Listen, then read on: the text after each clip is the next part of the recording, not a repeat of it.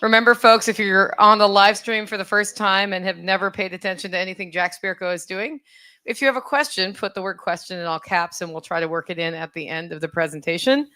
Our next presenter is somebody I'm sure you've never heard of ever before in your entire life, Nick Ferguson from Homegrown Liberty.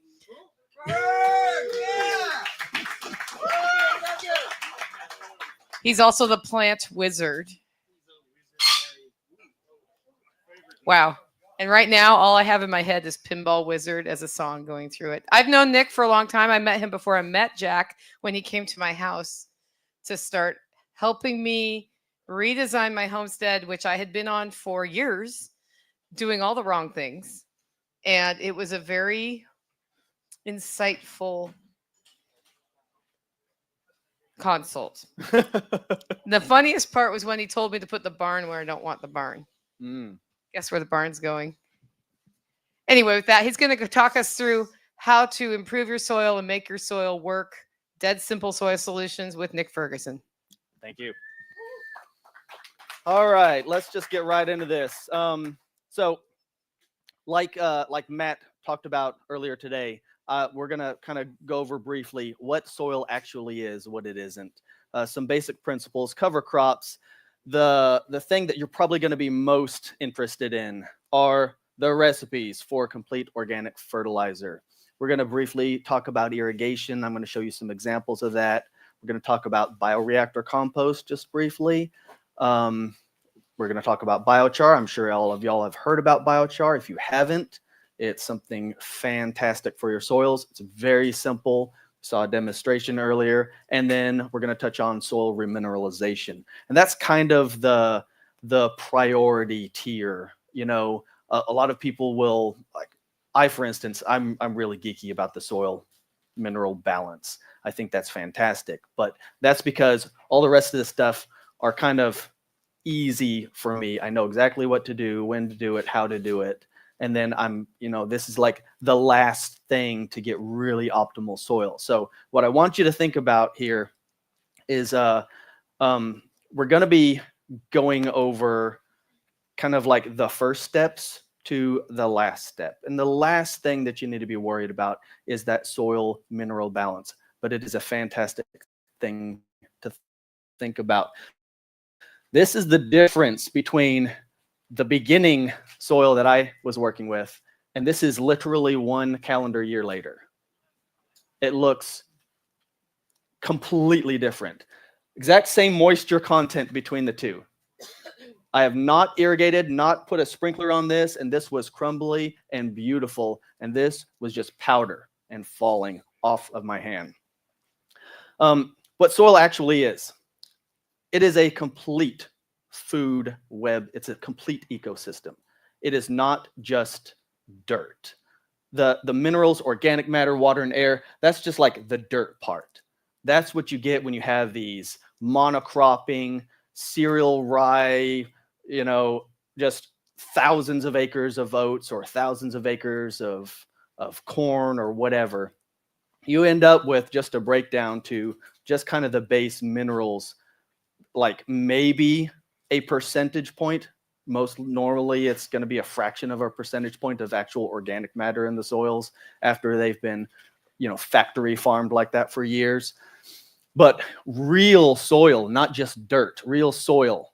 I mean, we've got plants that are exchanging with mycorrhizae in the soil. They're exchanging sugars with those fungi.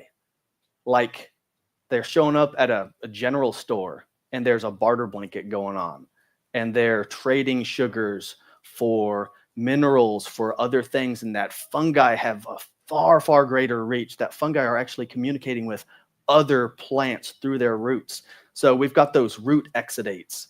Those are like sugar compounds. It's kind of like gelatin, like jello in the soil, and it actually holds the soil together such that you can take a big old clump of that and put it in like a sieve and run water through it, and the water comes through clean and clear. And then you have the factory farm stuff that you do not have a healthy ecosystem, and you run some water through it and it's complete muddy brown, like chocolate milk soup, right? It's completely different. It's because of those root exudates. Then we have, worms. We've got little shrimps of the land. We've got vertebrates, protozoa, all kinds of things just living and breeding and dying to create a complete recycling ecosystem. This is some winter cover crop. We've got ryegrass and we've got some brassicas and clovers, all kinds of things popping up to cover that soil, and they're exchanging things, and things are living and breeding and dying. Here's we got some earthworms popping up. This is just, I uncovered some soil. I just pulled some mulch back and boom, all this stuff. Here's the shrimps of the land. Chickens love those things. I've got like $10 to anyone that'll get like a tablespoon of that, pan fry it in some butter and salt. I want to know. I've heard that they taste like shrimp, but I'm not going to try it. David, you want to? $10? No? Okay. I'll throw in though. What if I cook it for you? Okay, David's going to throw in. We've got $20 if someone will eat a tablespoon of that. I bet Michael would fry it up for you, gourmet style. Sure, awesome. Jack is going to try it. All right, so some of the basic principles that we want to see here. We always want to see covered soil. Nature abhors a vacuum. I'm sure everybody has heard that from some point in their life.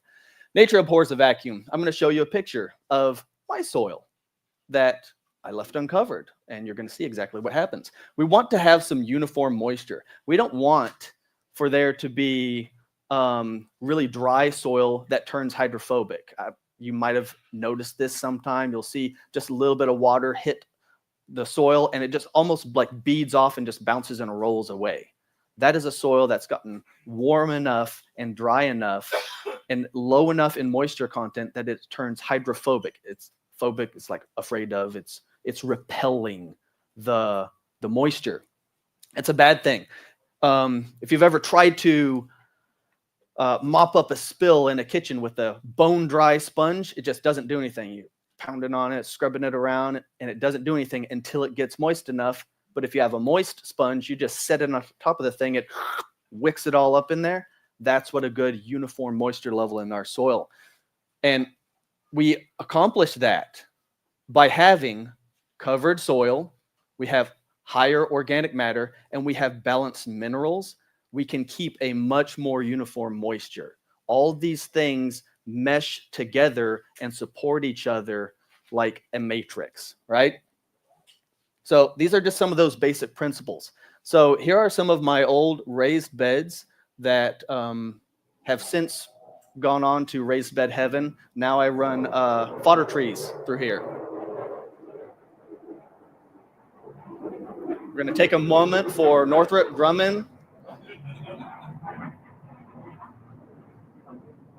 This presentation sponsored by Lockheed Martin. Right. All right. So these are in-ground raised beds. Here are my walkways. And the reason why I built these like this, I built them on contour. You're going to see why here in a little bit. But the main thing I wanted you to see was this was left uncovered for maybe a week. I got distracted, got busy, forgot I had uncovered it from being solarized, and I have a bunch of weeds popping up.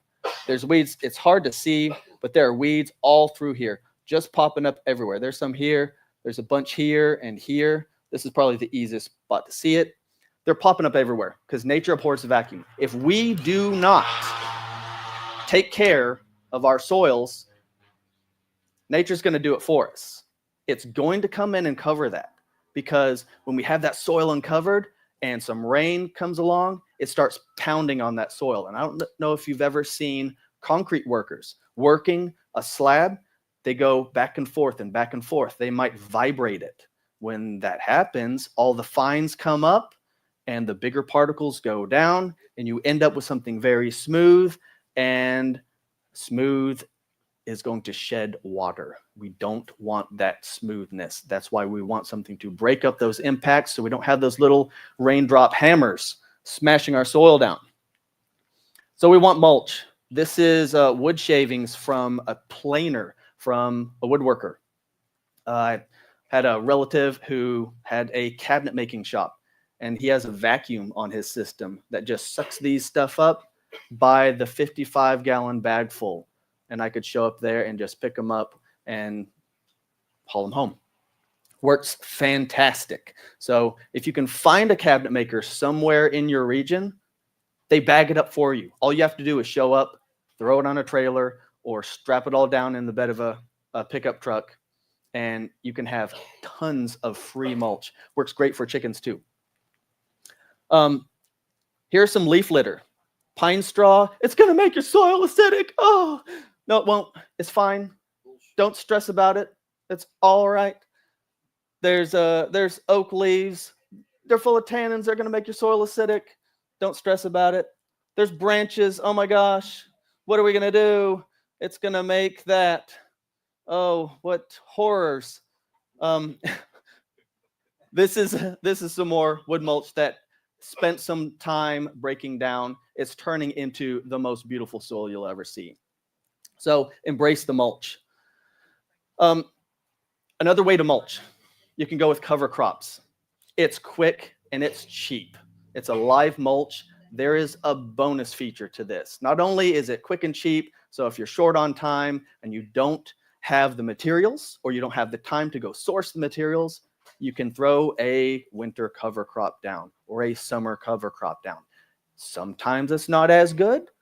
Sometimes it is better. It just depends on your situation, what you really need. But one of the nice bonuses are the soil exudates. We're actually going to be building some of that soil jello that are going to help hold those nutrients and feed fungi and keep that moisture level more constant. That's really great. Mulch is generally going to be more fungally dominant, which is not a bad thing. If we have a lot of perennials, fungally dominant soils are fan-freaking-tastic. That's why I love to have mulch. We're making little mini forests. What do forests do? They throw down a whole bunch of mulch. That's why we normally want to go more mulch-driven. If you are going more annual, herbaceous plants like tomatoes and peppers and potatoes and all those things that produce plants that lots of people eat, well, that cover crop might just be a better option. Last thing about the cover crops, man, it's just easy application. I mean, I've done quite a bit of it, but when I started, just broadcasting by hand with, 50-pound sacks of ryegrass, it's pretty quick. You kind of learn how to let go of those seeds and let them hit a finger so that it just spreads and just you get really nice even coverage. It happens pretty quick if you just practice with it. It's pretty cheap. It's kind of fun to do. So I say just don't stress about it. A lot of people just get too in their heads about this stuff. Just toss it out there and see what happens. Cover cropping during the summertime. A lot of people think, man, I have to have this pristine, perfect, there's no weeds, no other things because they'll outcompete. Well, I have a whole bunch of, this is late spring. So this is all the winter cover crop. It's still just going 90-0. I just fertilize a little bit extra. I still have all of those root exudate interplays. I have 18 inches of green leafy matter absorbing thermal energy from the sun and pumping water. That's okay because I can just irrigate a little bit more. They're keeping so much more moisture in the soil by keeping the soil cool. And so I've got a cool root zone. And all it cost me was like $20 in seed mix for this 1/4 acre garden. We had some of our best pepper and tomato yields. These tomatoes got all the way up to the tops of these canes. I had to get on a step ladder and tie more canes laterally. And I had to make a grid. My tomatoes were indeterminates. They grew all the way up. They crossed over. They came all the way down the other side and then trailed on the ground. These were 8 foot tall. My tomatoes ended up being 20 to 30 feet long at the end of that summer. It was crazy. So, I mean, yeah, is that pretty? Well, if you want those straight lines and super organized and everything neat and tidy and not walking through and getting dew on your legs while you're going to pick stuff in the morning, I'd much rather have all that dew being collected and being dropped down to my soil to kind of recapture some of that moisture. I don't, it's been several years since we had this garden here. I don't remember watering much more. So we're going to talk about complete organic fertilizer. I have got a humid climate recipe and an arid climate recipe.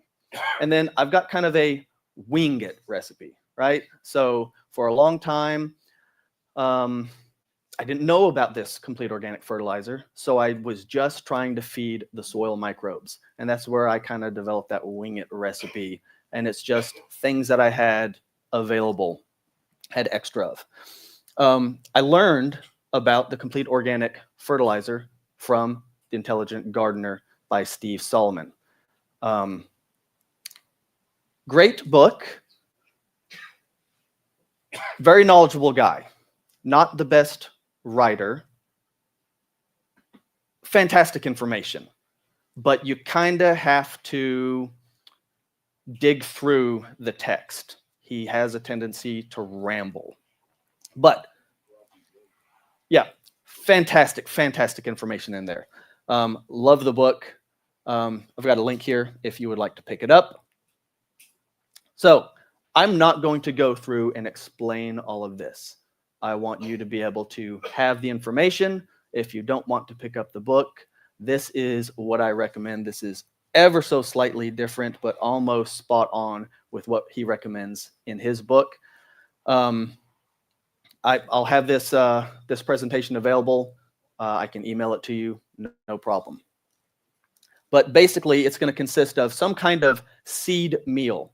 It's really common, really cheap for me to get cottonseed meal where I live. For you, it might be soybean meal. There might be some other kind of seed meal.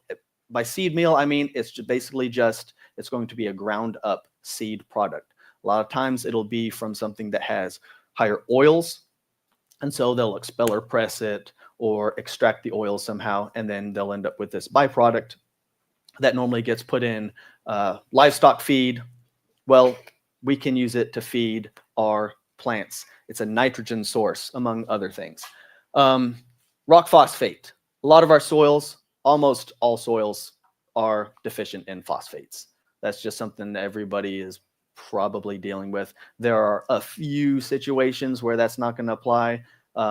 Like Matt was talking about, if you're on a piece of property where there is an old dairy farm where they've imported literal metric tons of grain to feed the dairy cattle, you might have way too many phosphates in your soils. But those are kind of outlier situations. Limestone, most soils, believe it or not, even calcareous soils, you actually need a little bit more calcium because a lot of times that calcium is going to be bound up. So I think it's important to have some limestone. And then gypsum. There is a sulfur component in gypsum. That sulfur will combine with other things in your soil environment to make sulfuric acid. That sulfuric acid is going to rebalance your soil into as close to neutral as your soils can get. It's just going to naturally do it. Don't chase pH, guys. It's just it's a rat wheel, and you're not going to win. So allow your soils to just slowly moderate. That's why I like this, is because it's kind of a dead simple. I don't have to really think about this. I just have to apply this at reasonable rates. I have the rates over here, 27 ounces, which comes out to, that's per 100 square feet. This is for 1,000 square feet. This is how many pounds. This is just a direct, I just crunched the numbers for you. It's going to be like 16, 18, 17 pounds for 1,000 square feet. You know, don't don't measure it down to the nanoscale, all right? Just get close to it. Pounds per acre. I just did the calculation for you. So the numbers are there. It's really easy. But you know, you got 1,000 square foot garden. This is pretty much your recipe right there. Super simple and easy, right? Optional, but I really suggest this. Most soils are really deficient in zinc. A lot of them are. It is amazing if you, I should have pulled this up and put this slide up here. I saw this amazing shot of this soil agronomist trying to teach people the importance of zinc in their soils. And he just had this mowed lawn, pasture, whatever it was. And he used a drop spreader. You know, those spreaders that just drop the stuff straight down. Okay. If you're fertilizing your true green chem lawn, it's just going to drop the stuff straight down. He used a zinc product with some kind of carrier, and he did a ZN in the grass, you know, the elemental symbol for zinc, and waited like a week, irrigated it, watered it in. The zinc treated grass was like this tall, the rest, and bright green, and the rest of it was still, you know, it regrew, but it was kind of pale-ish. The stuff, it looked like straight out of like Ireland, Scotland hills, just amazingly green. So zinc, that is a fantastic addition. Almost everybody can use it. You might be in a special situation where you don't need any zinc, but most people do. Manganese, a lot of people need a little bit of manganese in their soils. Copper, that's another thing. There's a few more. I tried to pare it down to the ones that I thought were pretty important, you know, because I'm trying to do like dead simple soil solutions here. We can get way geekier with this stuff, but copper sulfate, zinc sulfate, these two, this one is pretty commonly available. All three of these, especially the copper sulfate and zinc sulfate, just about every single country feed store is going to have those two things. They're commonly available online. I think you can even order this stuff on Amazon and Walmart, all those big box stores. If you want to go with some trace elements, because hey, you know, our soils need some crazy weird trace elements to be optimal.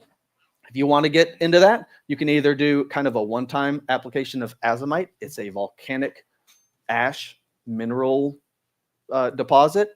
That stuff's great. You can order it on Amazon, right? Shows up right to your door. Or you can just in your irrigation, you can do a foliar spray with a pump up sprayer, or just put it direct into your irrigation line, and add some liquid kelp every 2 weeks to maybe monthly, just during the growing season. And that's going to get those trace minerals directly into contact with the leaf stoma, and they're going to uptake those minerals directly into their tissues, and it's going to really help them. Arid climate, it's almost exactly the same. All of these down here are exactly the same. That is the same. This is the same. The only difference is we're not adding the lawn lime, the regular high calcium lime, because if you're in arid climate, most likely it's calcareous soils. You just need more gypsum to help free up some of that calcium that's already there. That's the only difference. The wing it recipe, equal parts.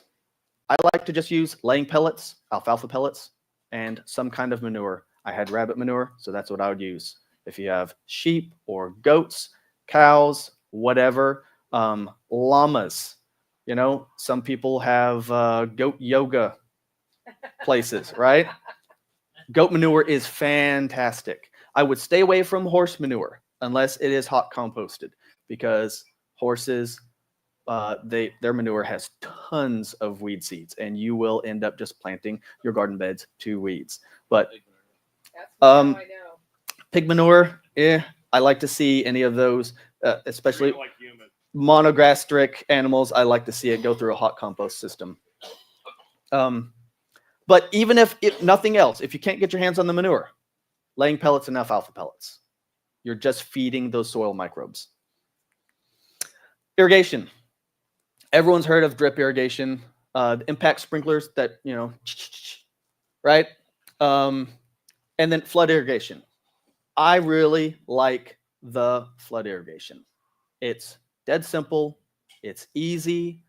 It's kind of set it and forget it. I get to allow nature to handle a lot of my irrigation needs.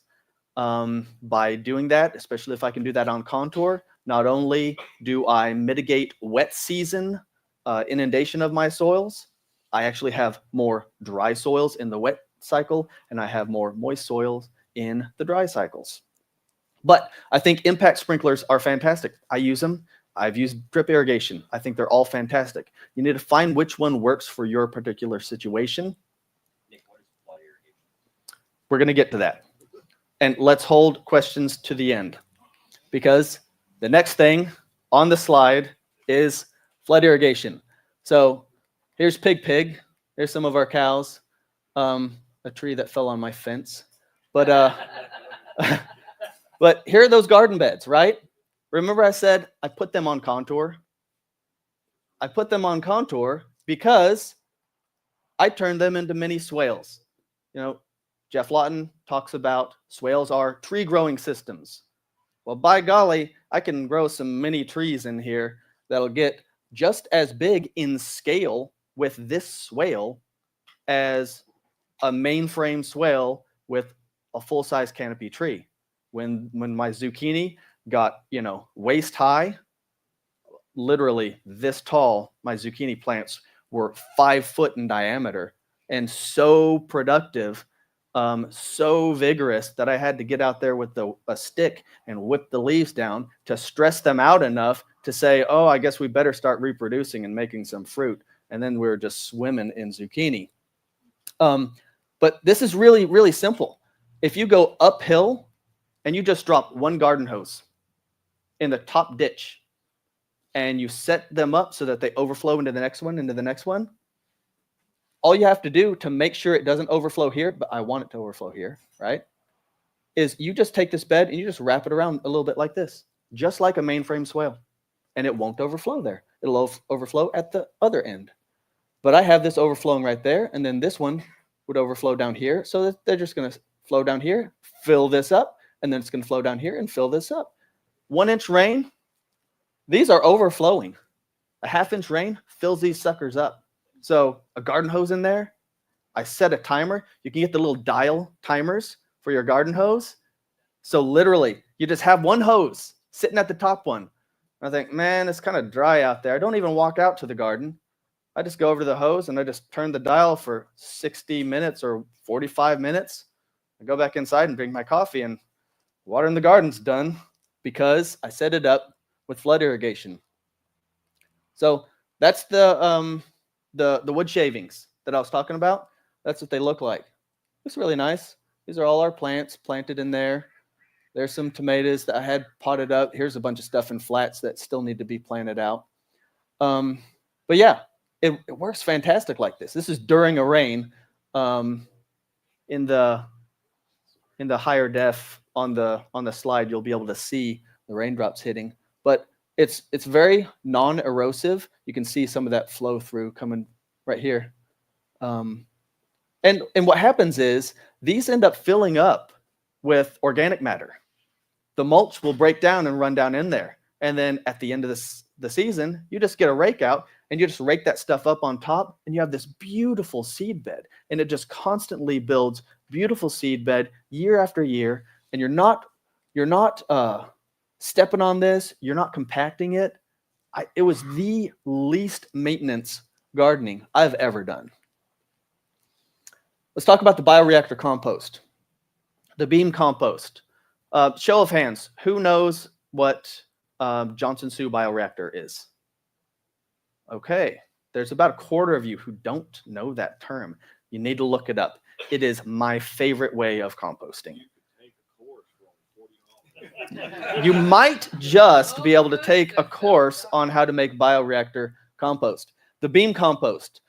Dr. David Johnson and his wife came up with the method.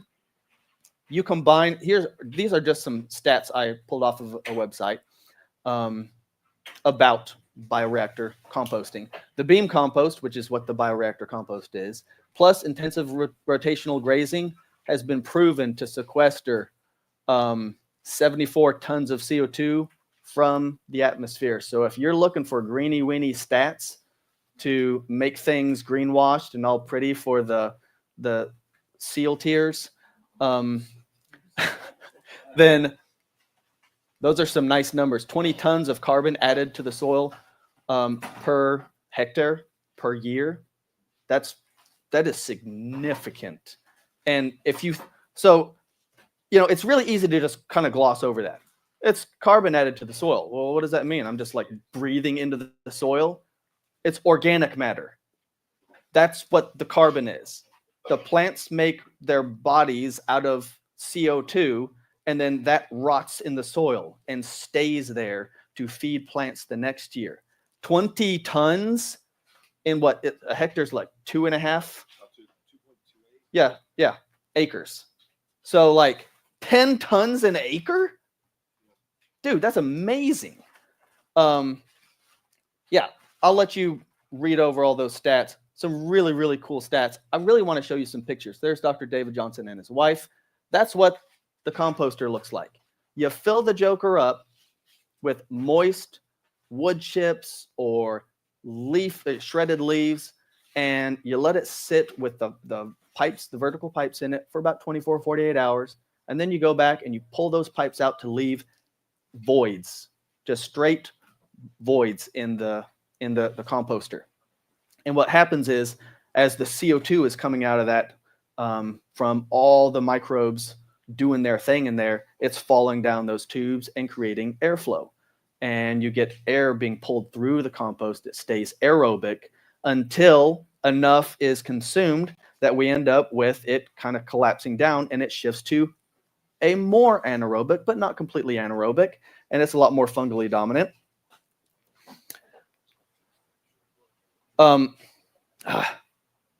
It's hard to see, but this is some of the most beautiful compost. It looks like straight worm castings. Basically, that thing is a big worm bin. That's one of the reasons why it's so fantastic. After about a month or so, month and a half, after it's gone through its first heat, because it'll get up to about 140, 160 degrees, it'll go through that heat cycle. And then once it starts cooling off, you can add some earthworms to it. Amazing stuff. They've done bioassays on that compost. It is so amazingly full of organisms.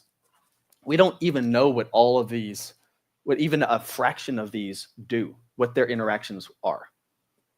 We have no, the best soil scientists in the world know a fraction of what is going on in here. So on the left, we have beam compost. And this, same day, same application rates, just different types of compost. This is standard compost, organic, regular compost with all the nutrients in it, right, that you'd expect. Does a really great job. That's the beam compost. I don't have to turn this stuff.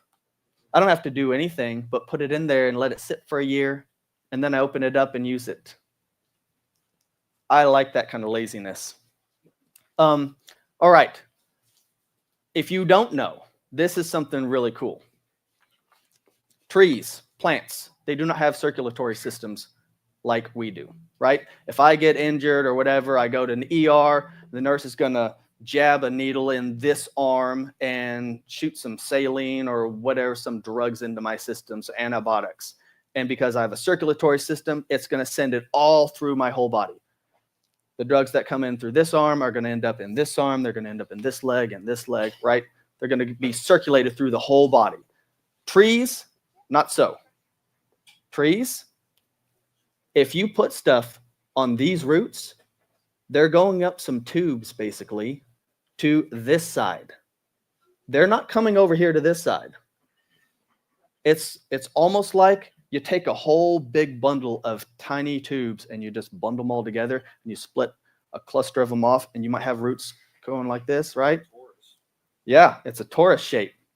So this is, I think, Paul Tranfield. He's in Australia or something.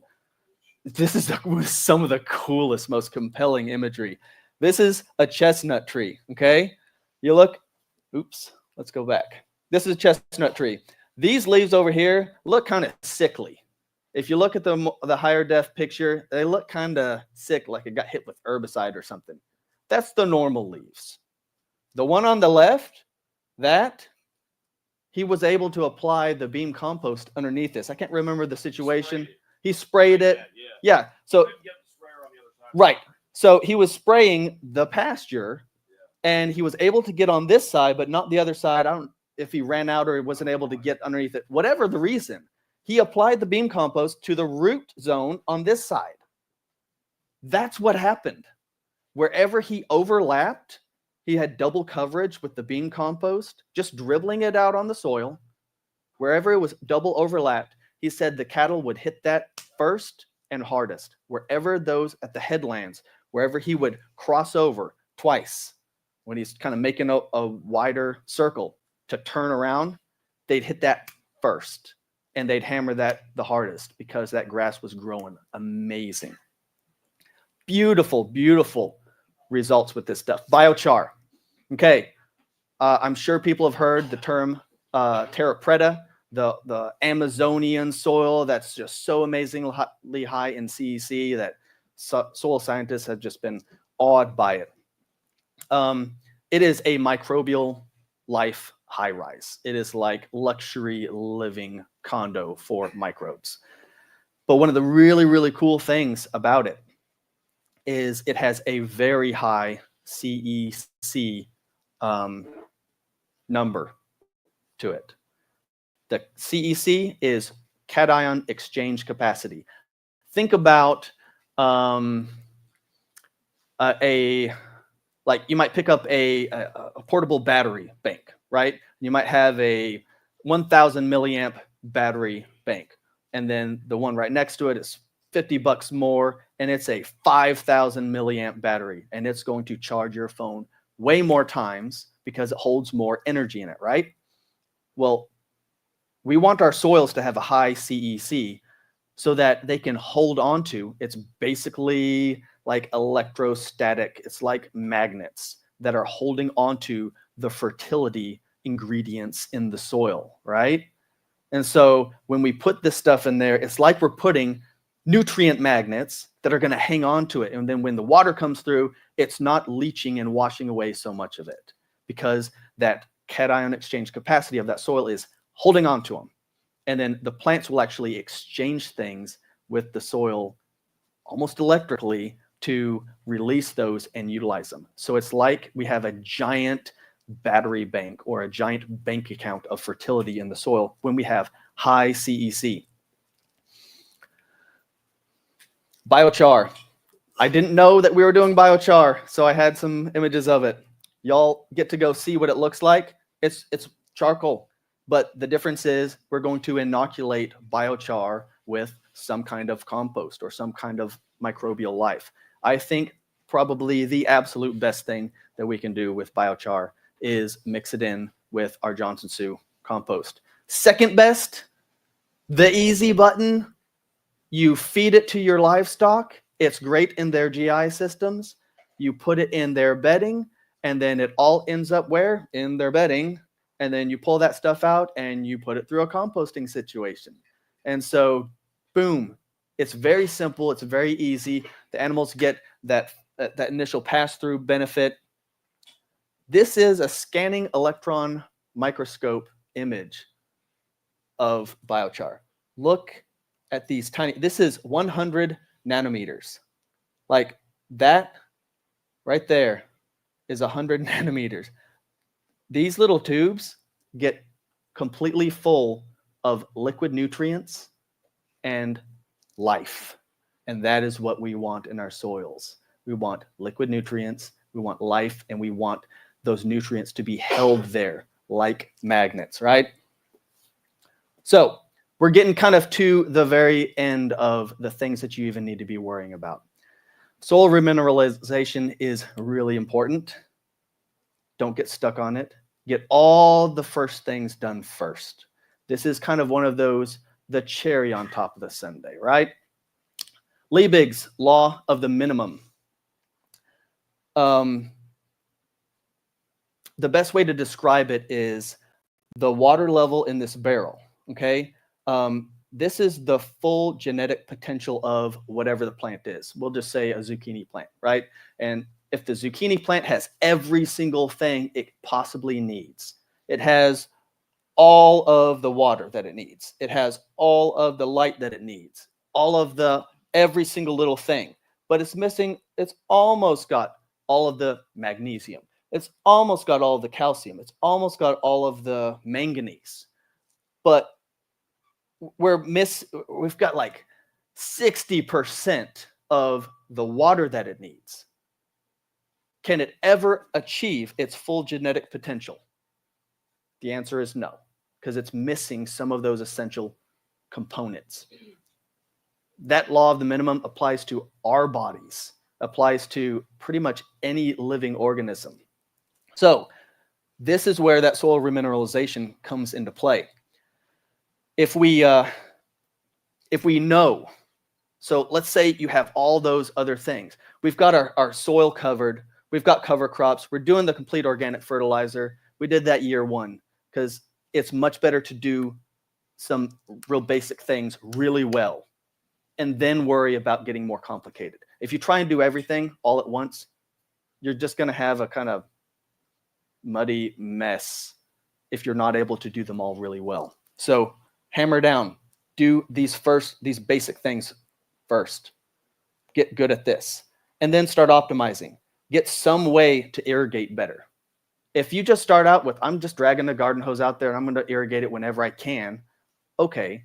But if you can get some kind of automated irrigation to make sure you're keeping uniform moisture levels so your tomatoes aren't busting open and then molding on the vine. I've had that happen to me. You're doing the bioreactor compost because it's kind of expensive to build those. If you're shoestringing it, those are kind of expensive for, a pile of compost. But as you're able to build those, build, enough that you can churn out enough compost every year to take care of all your composting needs. And then we start getting into the optimization, the optimal stuff, maximizing our yields out of our property. That's where we get into biochar and those minor and trace minerals. And that is how we end up being able to transform soil like this into soil like this in very short order with very little effort. You can still turn sandy soil like this into this with just that wing it recipe. I've actually done it, that and mulch. It just comes down to consistency. All right, any questions? Who's got a question for Nick? Come on out. Come on down, Chad. All right, this way. This way? Point the mic that way. First time here. It's going to get really loud. Applying that basic recipe for a pasture, Mhm. and we have livestock running it, or chickens or ducks. Do you have any recommendations to prevent the ducks, chickens, and then maybe pulling the goats off the pasture on applying that recipe that you had, like per pound per acre, stuff like that? Yeah, so I would try to apply that either right before a rain event or right before irrigating your pasture, for instance, or if it is if you're sticking to a good pasture rotation and those animals aren't going to come back on that pasture for a week, a month, 2 months, whatever, then the moment you pull them off of that, that's when you'd want to apply that mix out there. And that's going to give that mix time to get moist, get all the soil life is going to start incorporating that. It's going to happen quite quickly, generally, with decent soil moisture levels or a decent rain event. That'll happen within a couple days to a week. But yeah, that's about what I'd be shooting for. Thanks. No problem. We got a question from online. Do wood shavings draw termites? wood shavings can draw termites. The only time I would ever be really concerned with wood shavings drawing termites is if I was piling up wood shavings against my house. And I wouldn't be using wood shavings up against my house. I would be using shredded leaves. I'd be using whole leaves. If you're somewhere that termites are an issue, just about no matter what you do, termites are going to be an issue. But we can not make termite happy habitat right up against the building. If we're talking about this is in a garden, don't sweat the termite thing. They're not going to want to be there.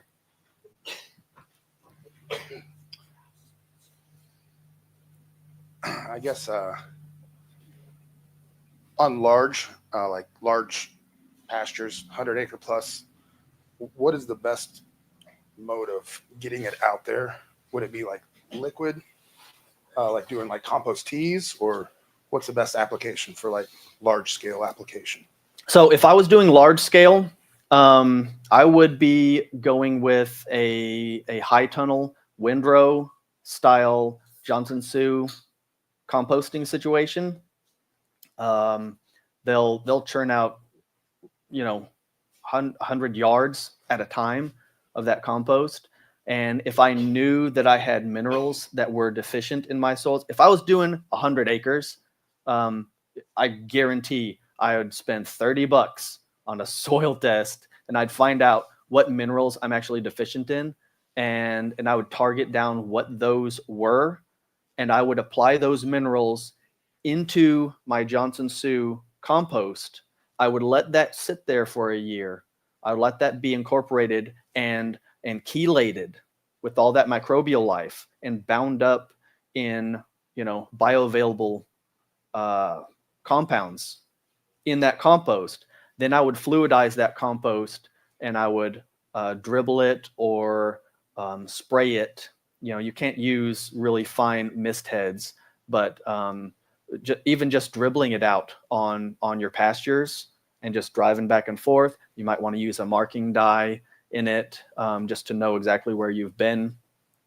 But application rate is 400 pounds an acre. yeah, That's a wheelbarrow load to an acre. Yeah. You need a spreader sophisticated enough to. right. And that can be just something as simple as we're just gonna kind of dial this down. I mean, if you put it out there just a little bit too heavy and you didn't go crazy with the minerals, then you've got a lot of wiggle room there. But I would go with a fluidized application. Okay, we got one from online. No, actually me. We have one from Hatch. Do you have any concern using your cabinet maker shavings of glues and compounds and other things that might be in the wood? I'm sure there's going to be glues. The vast majority of what that cabinet maker was using were just standard, just plain woods. It was hardwoods and soft woods. It wasn't a lot of plywood. Even if it's plywood stuff or MDF, medium density fiberboard, there's going to be binders and fillers and glues and stuff. That stuff is all going to be compostable. I'm sure there are bad things in it, but listen, I tend to just say, let nature compost it. 9 times out of 10, it's going to be just fine. I could be wrong on that. I normally just don't sweat it. I let it turn into compost. When you were mentioning the biochar, adding it to your bedding, like your chicken house, Mhm. But I think you said feed it to your animals Yep. as well. Would you feed it to your rabbits? Sure. They're not going to go crazy over it, but you put, some biochar chunks, the charcoal chunks in there, they'll actually chew on it. Yeah, my goats go straight to the fire pit when I let them out of the place where they are. Mm-hmm. Yep. And they eat that. They eat Yep.